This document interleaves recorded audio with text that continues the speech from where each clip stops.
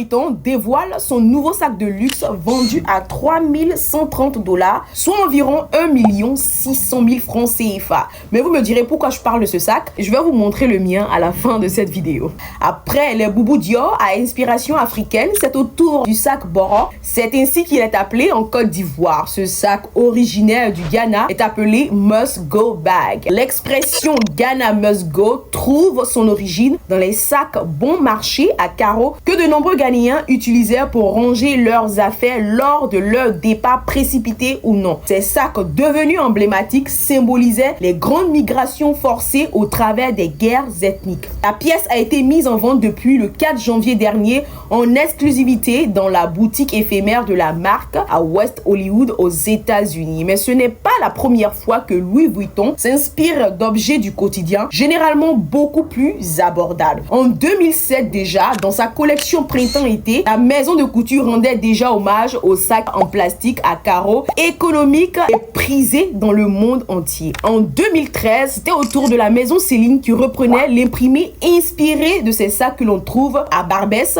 dans les bazars, dans les grands marchés africains, dans un total look. L'expression s'habiller comme un sac prend tout son sens au travers de cette image.